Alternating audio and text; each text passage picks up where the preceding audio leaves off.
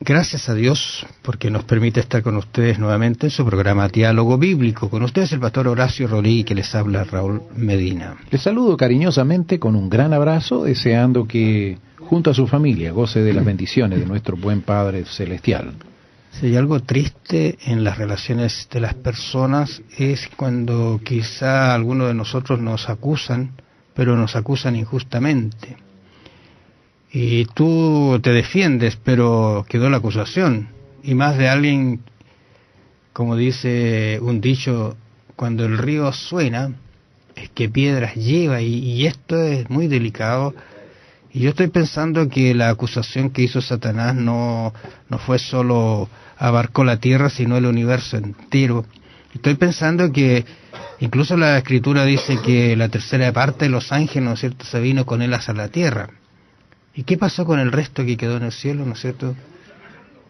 Quizás alguna relación que había con Dios los hizo echar pie atrás y no irse con Satanás. Ya fue muy fuerte la acusación, pero ¿qué hace que ahora se vindique Dios? Y de estas dos cositas vamos a hablar, de estas dos cosas maravillosas, cómo Dios se va a vindicar, cómo Dios se va a defender de esta acusación falsa que se ha hecho contra él.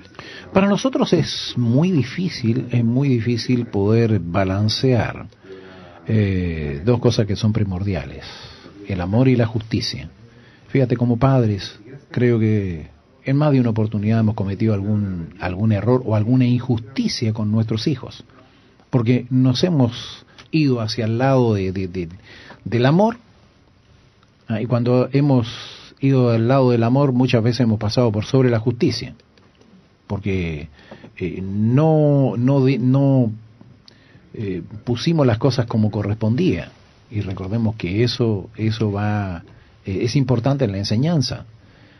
Hay otras oportunidades en que hemos tratado de ser demasiado justos y hemos pasado por sobre el amor. Entonces, tenemos conflictos en ese sentido, no es fácil. Pero en el caso de Dios, esto es algo normal, natural. No puede ser de otra forma, porque Él es Dios, porque Él es amor y es justicia. En Primera de Juan, capítulo 4, verso 10, dice lo siguiente: en esto consiste el amor, no en que nosotros hayamos amado a Dios, sino en que Él nos amó a nosotros y envió a su Hijo en propiciación por nuestros pecados. Ay, qué hermoso texto este. En realidad estaba pensando en él al releerlo nuevamente, y uno parece que descubre cosas nuevas cada vez que lee textos como este, ¿no es cierto? O sea, esta es la base del amor de Dios. No es que está esperando que seamos buenos para que nos ama igual. Ama al pecador, ama al justo, si pudiéramos clasificarlo así.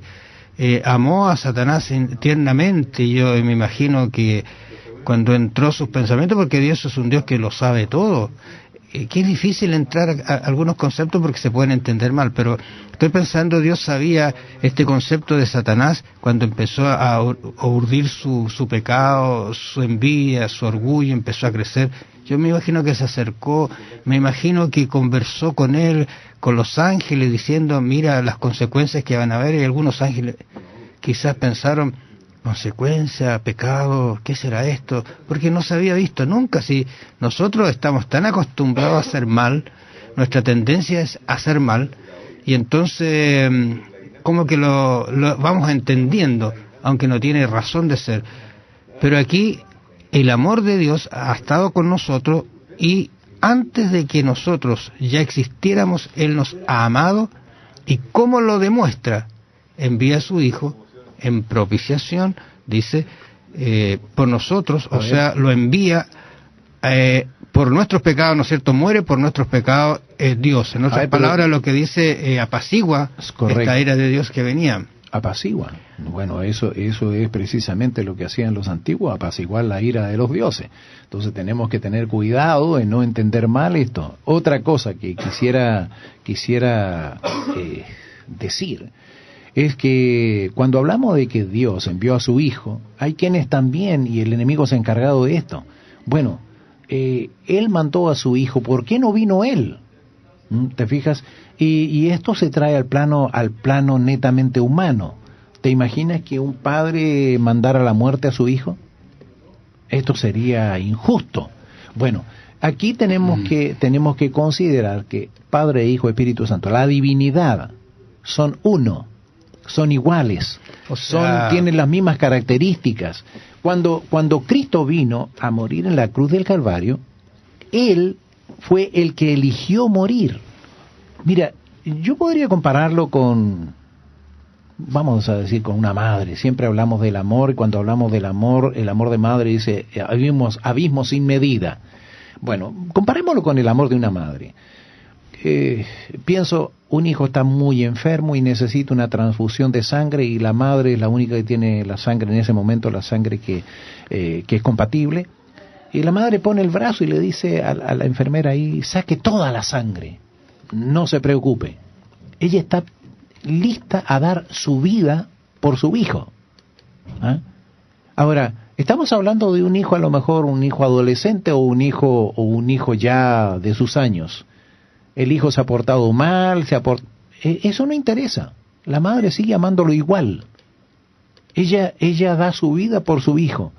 Entonces, en este caso, Cristo dio su vida por nosotros. Y recordemos que en el Calvario, el Padre y el Hijo estaban juntos allí, entregándose, podríamos decirlo así, por la humanidad. Entonces, a veces creo que el hecho de hablar del Hijo, de Jesucristo como el Hijo, nos hace tener una idea un poco errada de lo que esto significa. Hemos humanizado demasiado a Cristo. Cristo no dejó de ser Dios. Cristo se humanizó. Él no ocupó, digamos así, está mal, sé que está mal dicho, pero su condición de Dios. Dejó su divinidad de lado, y Él fue plenamente humano. Él tuvo sueño, tuvo hambre, tuvo sed, se cansó, cosa que no podemos hablar de la divinidad. Dios no se cansa, Dios no tiene sueño, Dios no podemos decir eso. Pero Jesús sí. Quiere decir que Él estaba siendo totalmente humano. Pero a veces esa humanidad a nosotros nos lleva a pensar en forma diferente. Pobre Jesús, fue obligado a ir a la cruz. Y fíjate, cuando Él ora y dice, Padre, si es posible que pase de mí esta copa, era porque sencillamente Él, como cualquiera de nosotros, no desea morir. Pero Él estuvo dispuesto a hacer la voluntad del Padre. Pero aquí Él nos está dando una lección. Nosotros tenemos que hacer exactamente lo mismo, porque podemos confiar plenamente en nuestro Padre que nos ama. Ahora, lo interesante es que dice la Biblia que Él se anonadó a sí mismo, o sea, Él aceptó, se humilló a sí mismo. Ahora, si uno revisa a Juan, cuando habla en su libro, inicia el libro de San Juan, se especifica que Dios era Dios mismo antes de, o sea, Dios dueño de la creación. Como tú mencionabas allí, este concepto de la mujer como un símbolo del amor, pero fíjate que Isaías de alguna manera habla acerca de este sentido, para que vean que el amor de Dios es mucho más grande todavía. Se olvidará la mujer de lo que dio a luz, dice Isaías. Exactamente. El capítulo 49, el versículo 15, para dejar de compadecerse del hijo de su vientre, aunque olvide ella, yo nunca me olvidaré de ti. Es un texto maravilloso que denota que Cristo lo que hizo, lo hizo por amor, y de hecho Juan lo está diciendo así, por amor a nosotros. Bueno, cuando en el texto habla, se olvidará a la mujer, es como algo muy difícil que ocurra. Pero aún así, y gracias a Dios, hoy día existe esto, pero son la excepción, no es la regla. No podemos decir que todas las mujeres se olvidan de sus hijos, no es así. Hay algunas excepciones, pero no es la regla. Y fíjate que Romano, que es un texto, o sea, Pablo hablándole a los romanos, tiene cosas maravillosas, dice, pero ahora aparte de la ley se ha manifestado la justicia de Dios. Tú recién hablabas del amor, y la justicia es complicada a veces aplicar amor y justicia, pero Dios tiene esas características y lo puede hacer en su justa medida.